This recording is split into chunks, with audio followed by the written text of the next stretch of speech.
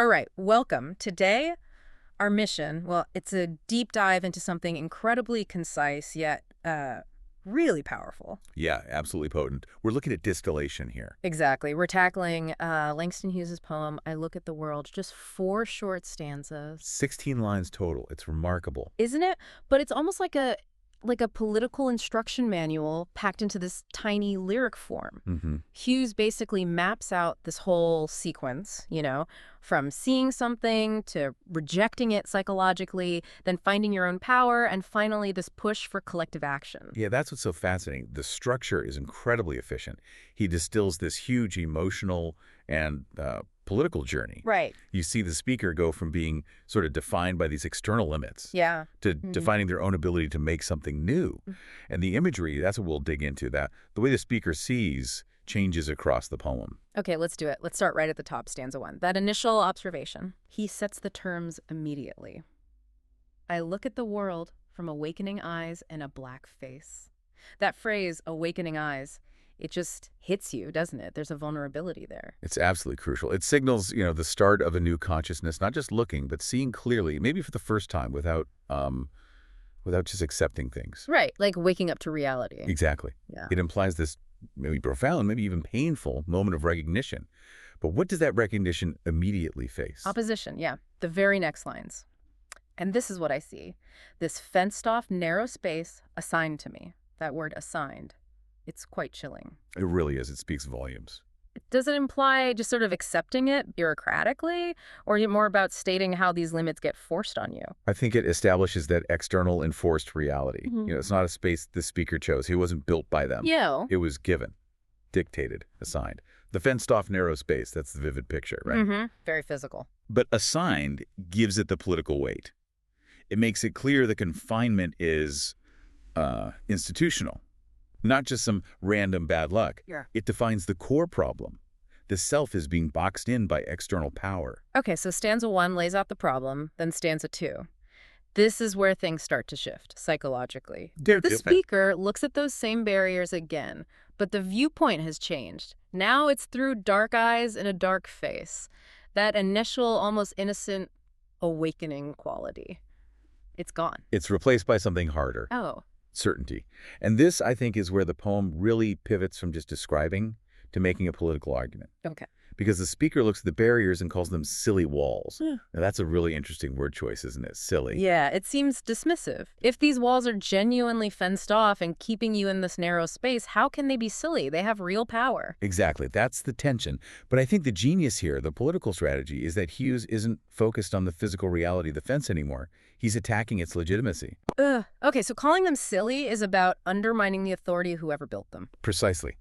It strips them of their moral right to exist, their seeming permanence. It's saying these walls shouldn't be here, even while acknowledging, yeah, physically they are here. It's like a necessary mental step before you can act. Right, you have to reject their rightness first.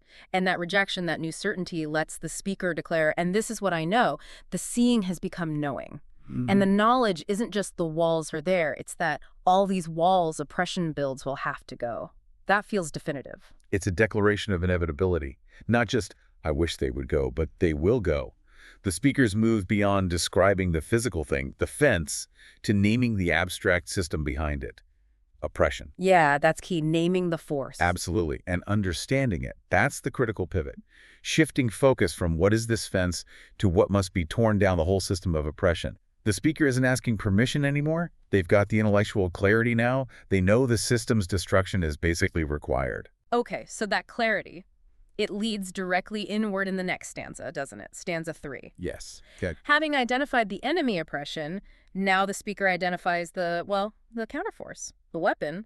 Those awakening eyes, then the dark eyes, now look at my own body with eyes no longer blind. That no longer blind is huge. The blindness maybe was accepting the assignment, thinking it was permanent. Could be, yeah. But now, with that political context sorted, knowing the walls are illegitimate oppression, the speaker sees the solution is actually inherent. It's within. So does that mean the external walls just become irrelevant?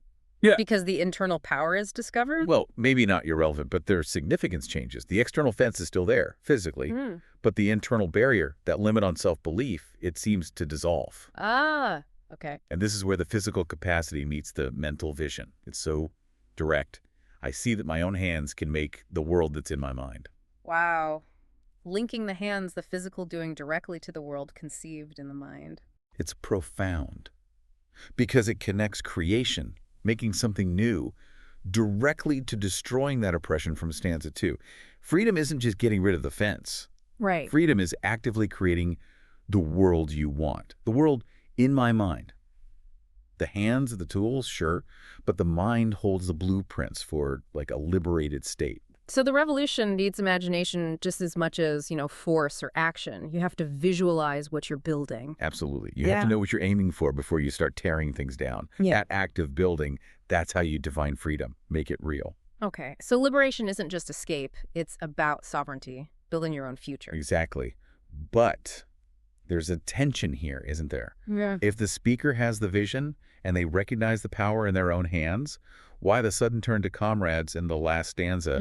Why isn't that individual power enough? That is the big question, isn't it? Especially for political action, because the final stanza just yanks us out of that internal reflection straight into, well, urgent collective movement. Then let us hurry, comrades, the road to find. And I think the answer has to be that while individual vision is critical for defining freedom, it's not enough to bring about systemic change on its own.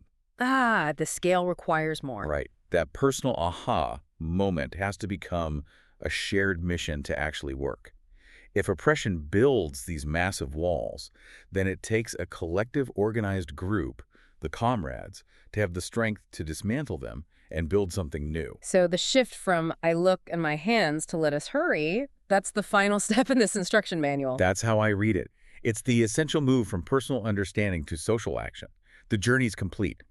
From that lonely individual seeing the restriction to a shared urgent mandate. The person who saw the problem now sees the solution, requires solidarity. Okay, so let's just quickly recap that whole arc for you, the listener. We started with this really specific observation.